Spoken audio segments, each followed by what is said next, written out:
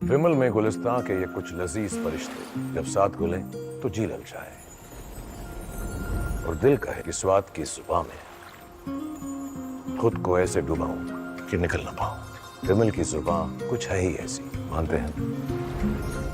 विमल बोलो जुबान कैसी? विमल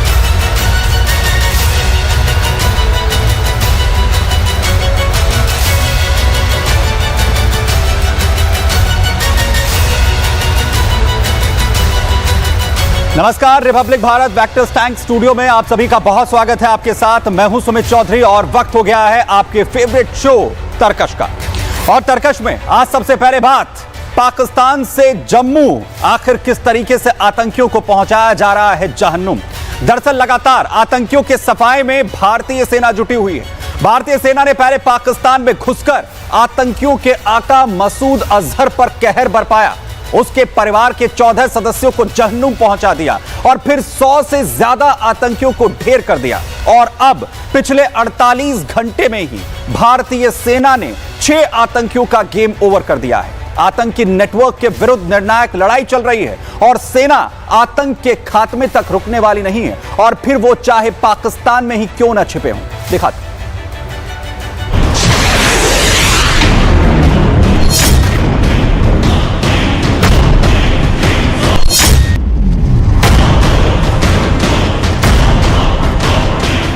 आतंकियों की बची खुची जमीन को भी मिट्टी में मिलाने का समय आ गया है। ये 4 तस्वीरें पीएम मोदी की चेतावनी के बाद की गई कार्रवाई की हैं। ये तस्वीरें आतंकी और उनके आकाओं के खात्मे की हैं। ये चुन चुन कर पाकिस्तान के अंदर से लेकर शोपियां और त्राल में किए गए एक्शन की हैं। एक एक आतंकी को मिट्टी में मिलाने की गवाही है।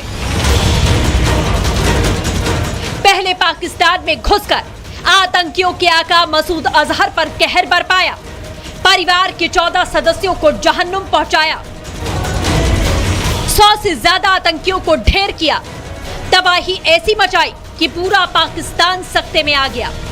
तो पाकिस्तान की आर्मी के पाक नेता भी उनकी फातिया की नमाज पढ़ते नजर आए। और इधर पहलगाम में नरसंहार करने वाले आतंकियों के ठिकानों को तबाह करना शुरू कर दिया गया। एक के बाद एक आतंकियों के ठिकानों को उड़ाया गया। फिर शोपियां से लेकर त्राल तक आतंकियों को चुन चुन कर ढेर किया गया। एक एक आतंकी को 72 हुरों के पास पहुंचा दिया गया। आतंकियों पर भारतीय सेना कहर बरपा रही है और ये तस्वीरें उसी की निशानी है।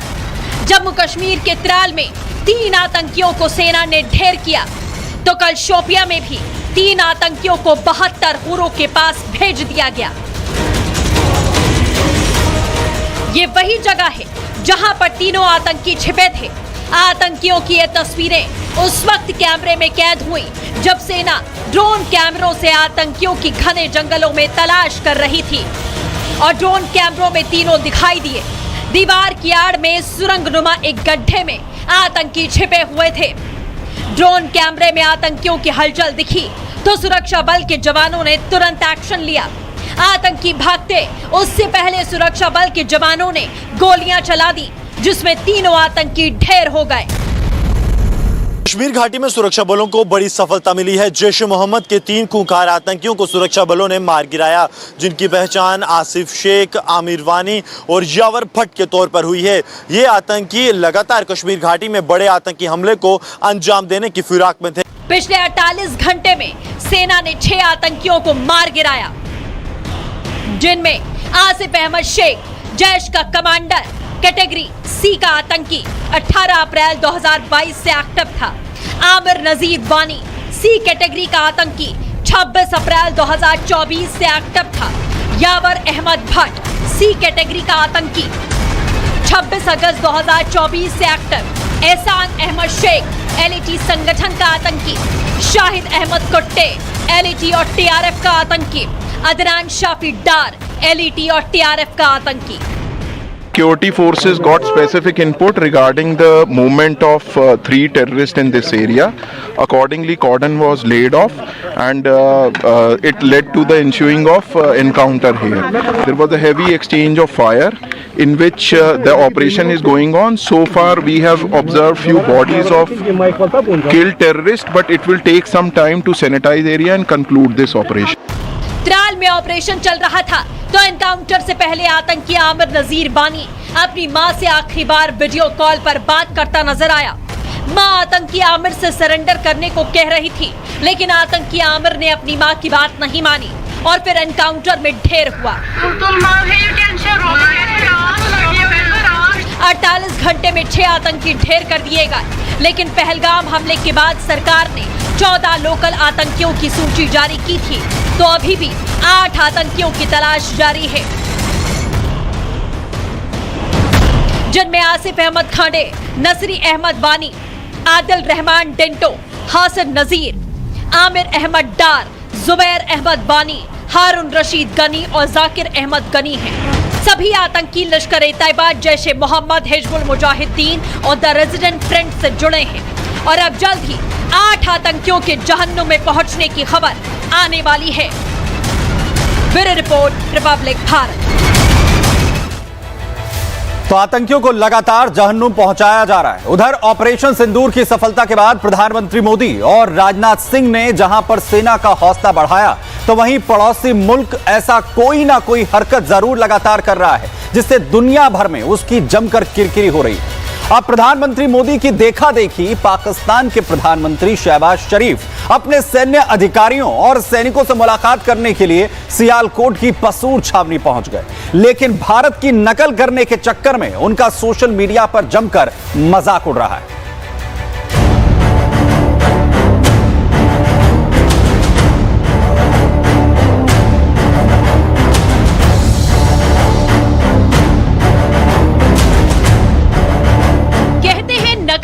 भी अकल की जरूरत होती है, लेकिन शायद नकलची शहबाज शरीफ और मुल्ला मुनीर को नकल करनी भी नहीं आती है और इसीलिए शहबाज का नकली शो वायरल हो गया। सबसे पहले इन तस्वीरों को देखिए। ऑपरेशन सिंदूर की सफलता के बाद जहां पीएम मोदी ने आदमपुर एयरबेस पहुंचकर जवानों का हौसला बढ़ाया था, उन्होंने पाकिस्तान के उस झूठे दावे की पोल भी खोली कि उनके हवाई हमले में आदमपुर एयरबेस के रनवे को नुकसान हुआ। वहीं अब पीएम मोदी की नकल करते हुए पाक पीएम शहबाज शरीफ भी सियालकोट स्थित पसूर छावनी पहुंचे और पाकिस्तानी सैनिकों से मुलाकात करते नजर आए। चला नकलची नकल करने के लिए, लेकिन कहते हैं ना, नकल करने के लिए अकल की जरूरत होती है और नकलची शहबाज शरीफ पकड़ लिया गया और उसका फ्लॉप शो वायरल हो गया। अब जरा इन 2 तस्वीरों को ध्यान से देखिएगा। पीएम मोदी के दौरे के दौरान S-400 और MiG-29 बिल्कुल साफ और सेफ दिखाई दिए, तो वहीं शहबाज शरीफ के पीछे फ्लेक्स बोर्ड लगाकर सब कुछ छुपाया गया। सियालकोट की पसरूर छावनी वही सैन्य अड्डा है जिसे भारत ने जवाबी कार्रवाई में तगड़ा नुकसान पहुंचाया और यही वजह है कि शहबाज के दौरे के समय की जारी की गई तस्वीरों में एयरबेस के किसी भी हिस्से को नहीं दिखाया गया। तस्वीरें बहुत सी हैं, लेकिन कितनी बार ये मुल्ला मुनीर और शहबाज शरीफ पीएम मोदी की नकल करता फिरेगा। अब अगली तस्वीर देखिए। आदमपुर एयरबेस पर पीएम मोदी ने जवानों का हौसला बढ़ाया, जीत की बधाई दी, तो वहीं शहबाज शरीफ मुल्ला मुनीर का ही कंधा थपथपाता नजर आया। पाकिस्तानी प्रधानमंत्री के साथ उप प्रधानमंत्री और विदेश मंत्री मोहम्मद इशाक डार, रक्षा मंत्री ख्वाजा आसिफ, सेना प्रमुख general Asim Munir, air chief marshal Zaheer Ahmed Babar, Sidhu समेत अन्य अधिकारी मौजूद रहे। पीएम मोदी की नकल करते हुए शहबाज शरीफ ने सैनिकों को संबोधित किया, लेकिन पाकिस्तानी प्रधानमंत्री शहबाज शरीफ ने एक बार फिर से झूठ बोला। कहा कि उन्होंने भारत को हराया है और इसे 1971 के युद्ध का बदला बताया। इसके लिए उनकी जमकर किरकिरी भी हो रही है। शहबाज और मुनीर भारत की नकल कितनी भी कर लें, लेकिन भारत जैसा वो कभी नहीं बन पाएगा और भारत ने एक बार फिर से उसे 2 टूक चेतावनी दी कि मसूद अजहर को हमारे हवाले कर दो। I think the Prime Minister made it very clear that the only talks with Pakistan will be on terror. Only thing which remains to be discussed on Kashmir is the vacation of illegally occupied Indian territory in Pakistan occupied Kashmir. We are open to discussing that with Pakistan. फिलहाल शाहबाज और मुल्ला मुनीर की social media पर किरकिरी जारी है। Bureau report, Republic Bharat. उधर भारत ने साफ कह दिया है कि पाकिस्तान से जब भी बात होगी तो सिर्फ पीओके पर होगी। आतंकवाद को पनाह देने वाले पाकिस्तान को भारत किसी भी हाल में छोड़ने वाला नहीं है। पहले प्रधानमंत्री मोदी, फिर रक्षा मंत्री राजनाथ सिंह और अब विदेश मंत्री एस जयशंकर ने साफ कहा है कि पाकिस्तान हाफिज सईद सहित सभी आतंकियों को भारत को सौंप दे और उसके बाद ही पाकिस्तान से किसी भी तरह की बातचीत की जाएगी।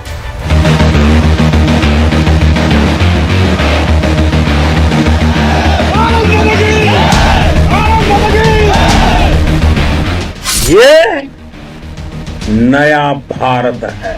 दुश्मन को मिट्टी में मिलाना भी अच्छी तरह जानता है। आतंकियों ने भारतीयों को धर्म पूछ कर मारा तो हमने आतंकियों को उनका कर्म देख कर मारा है। ये 3 तस्वीरें पाकिस्तान को एक ही मैसेज दे रही हैं कि भारत की तरफ आंख उठाकर भी देखा तो इतना मारे जाओगे कि पुश्तें याद रखेंगी। भारत में आतंकी हमला हुआ तो युद्ध की शुरुआत हो जाएगी और भारत के खिलाफ कोई भी साजिश रची तो हस्तियां तक मिट्टी में मिला दी जाएंगी।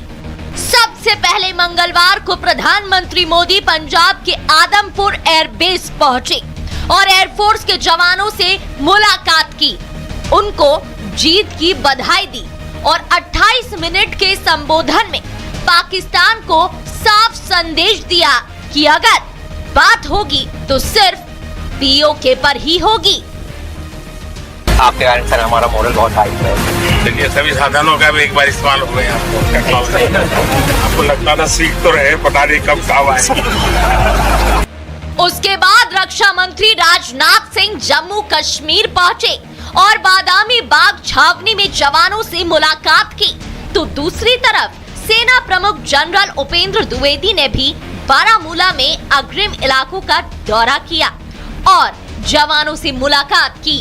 राजनाथ सिंह ने जवानों से मिलकर उनका हौसला बढ़ाया तो पाकिस्तान की तरफ से दागे गए हथियारों को भी देखा।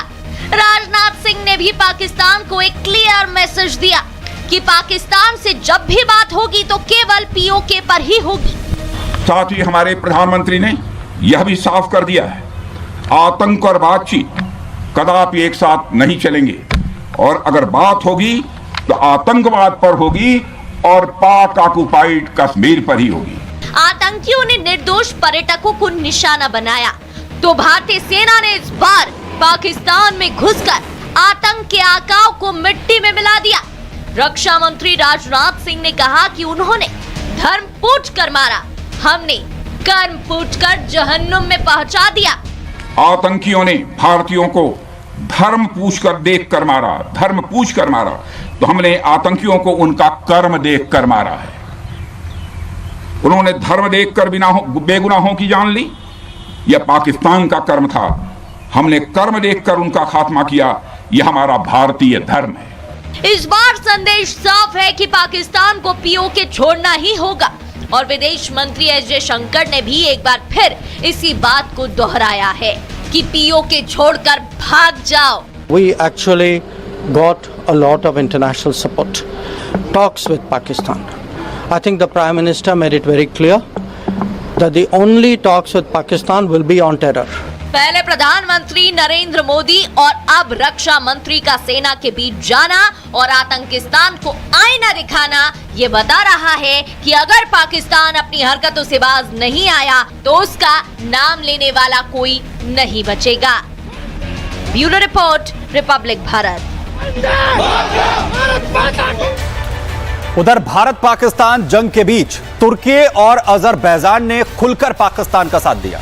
तुर्की ने तो पाकिस्तान को हथियार और गोला बारूद तक मुहैया करवाए, वहीं तुर्की के ड्रोन भारत पर हमले के लिए इस्तेमाल किए गए, जिससे अब पूरे देश में तुर्की के खिलाफ आक्रोश देखने को मिल रहा है। लोग भारत में तुर्की के आर्थिक बायकॉट की मांग तक कर रहे हैं।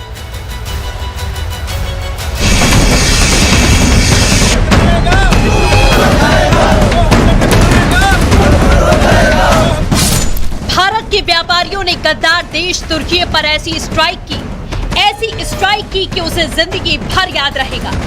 ये तस्वीरें तुर्की की बर्बादी की शुरुआत की गवाही हैं। ये विरोध तुर्की को सबसे बड़ी आर्थिक चोट लगने का सबूत है।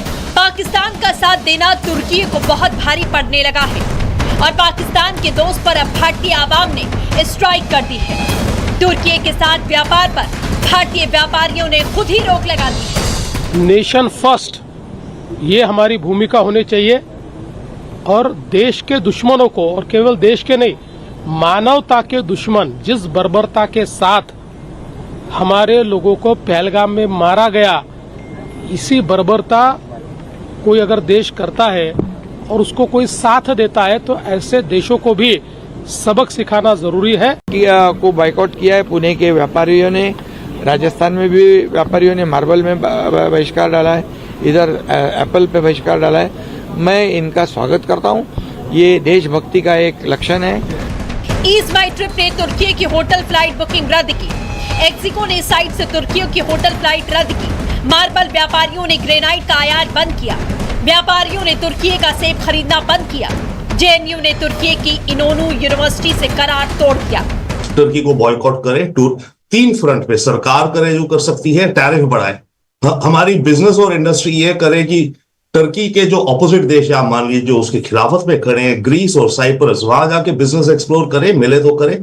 तीसरा, हमारे जो टूरिस्ट हैं जिनको जाना है तुर्की ना जाए अगर, तो मानिए इधर उधर कहीं ना जाए, पर ग्रीस ज्यादा जाए। बाइकॉट तुर्की मुहिम के बीच में जेएनयू ने भी तुर्की के विश्वविद्यालय के साथ समझौता रद्द किया। जेएनयू की वाइस चांसलर प्रोफेसर शांतिश्री धूलीपुड़ी ने कहा कि तुर्की ने जिस तरह से पाकिस्तान का साथ दिया, उससे उसका एजेंडा एक्सपोज हो गया। जेएनयू किसी भी भारत विरोधी ताकत के साथ कोई रिश्ता नहीं रखना चाहता।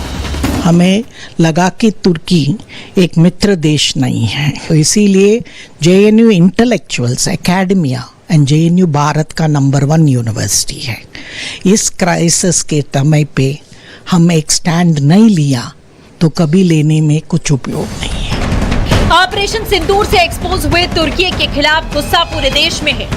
भारतीय व्यापारी साफ कह रहे हैं कि अब न तुर्की का माल खरीदेंगे न बेचेंगे। दिल्ली की आजादपुर मंडी में व्यापारी काफी गुस्से में है।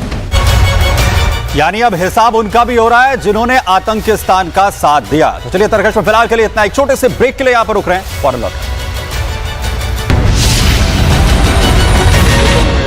कि ये कुछ लजीज फरिश्ते जब साथ घुले तो जी ललचाए और दिल कहे कि स्वाद की इस जुबान में खुद को ऐसा डुबाऊं कि निकल ना पाऊं। विमल की जुबान कुछ है ही ऐसी, मानते हैं ना? विमल बोलो जुबा केसरी। विमल में गुलिस्तान की ये कुछ लजीज फरिश्ते जब साथ घुले तो जी ललचाए और दिल कहे कि स्वाद की इस जुबान में खुद को ऐसा डुबाऊं कि निकल ना पाऊं। विमल की जुबान कुछ है ही ऐसी, मानते हैं ना? विमल बोलो जुबा केसरी।